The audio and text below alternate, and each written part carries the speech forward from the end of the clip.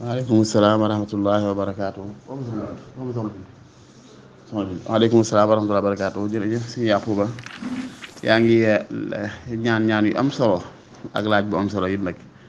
ñaan yi mooy yal na yàlla barkeel du gi te barkeel jaboot yi yal na ko yàlla defal barke mooy lépp lu yàlla barkeel rek mu jariñ ne ko séq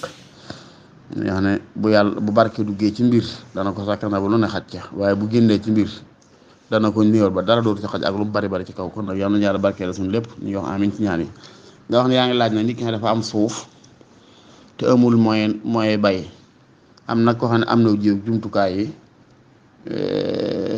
fàtt naa na ko laaj waaye ci gàtt li bëgg wax rek mooy lu mel noonu daal la ci gën mooy ñu def ziraa musaaraha mooy société ci wàllu mbay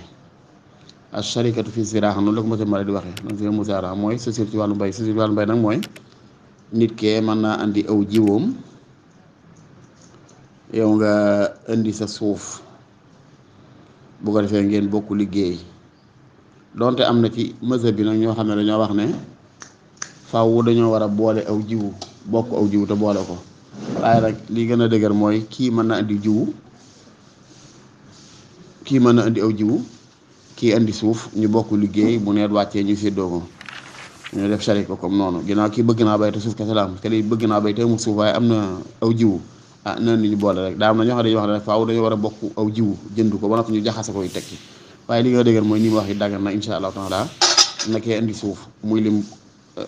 boole kii indi aw jiwu muy lim boole ñu bokk liggéey wala ñu bokk luyee ñu leen liggéeyal bu nooy bàccee ñoo xam nañ koy séddoo loolu daggan na wala taala alam biswa